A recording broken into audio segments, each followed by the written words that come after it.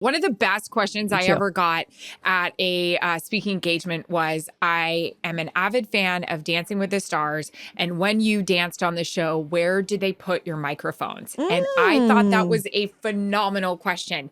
Your Great question. microphones So where for does it Dancing go? with the Stars for the women are in your bra cups. And very much so, they try to make sure that one bra cup doesn't look bigger than the other, because that would be awkward on national television. So they kind of have to even it out with the materials and the padding and so forth, because you have a big mic pack.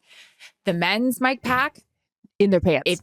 If they fall in a certain area or you need them, that's going to hurt even worse. Yeah, because they have to hide it. So that's what our dress rehearsals were all about. They were all about like seeing our costumes under the lighting, the spacing, our hair and makeup. Did that look good? Were we tan enough? Did the mic, because sometimes the mic would come out in the middle, a string would be out and you just rip it off, but then you hope like, you know, you don't rip your top off. There's a lot of stuff I have a lot of questions about this. This is my Q&A because I've never talked to you about this, actually. I feel like that's like, it was like 10,000 years ago. And we weren't the friends that we were now. Not that matters in terms of lines of questioning, but we've never talked about Dancing with the Stars. Okay. So when I danced or hosted? Both. But the dance in particular, as it pertains to this conversation, the dancing. Now, you have a background in dance. You're an incredible dancer. But what was the hardest dance to learn? Why was it so hard? Because everyone says that when you go on a show like that, like it's like the hardest thing that you'll ever do. Like what is it? Is it about remembering step? Like what is the hard part? The physical? I was pretty good at remembering the steps. The two things that were the hardest for me was being sexual on air and sensuous and I was single at the time, and letting this hot guy rub up on me. And I felt like Baby from Dancing or Dirty Dancing when Patrick Swayze did this and she was like, like I just felt so stupid. The other thing was, there's three things actually.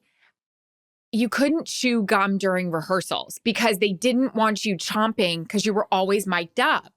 You always were mic'd up. The only time you weren't mic'd up. You hate that. Yeah, and you're like this. And he's like, and like, it was weird because my dancer, Maxim, never had shitty breath. My breath, I was like... No, so I always hid gum under my tongue because I was like, I can't do this and work out. You know, when you work out, your breath is terrible. Well, you're having to remember enough. I don't want to have to be worried about my hygiene at that moment. No. And the third thing is ballroom dancing is so different from any ballet, jazz, contemporary, lyrical that you've ever learned. It's so hard. You are leading. It's impressive you just rattled those all off. I'm like, what? And acro. It's so much harder. The hardest dance I had to learn was my very first one, which was the cha-cha, which is a lot of steps all at once. And I was just not into the rhythm. I was not great. I nailed the high kick. Bruno said my first dance, I was very bendy, but I sucked at the cha-cha. Do you still remember it? No. God, No. Okay. And then spray tans. That's my next question. How often were you getting a spray tan, and did it look great in person, or did it look like the one that I suggested you get that one time and it looked terrible? We were just talking about that because I'm going to get one for our trip in a couple weeks. I need that.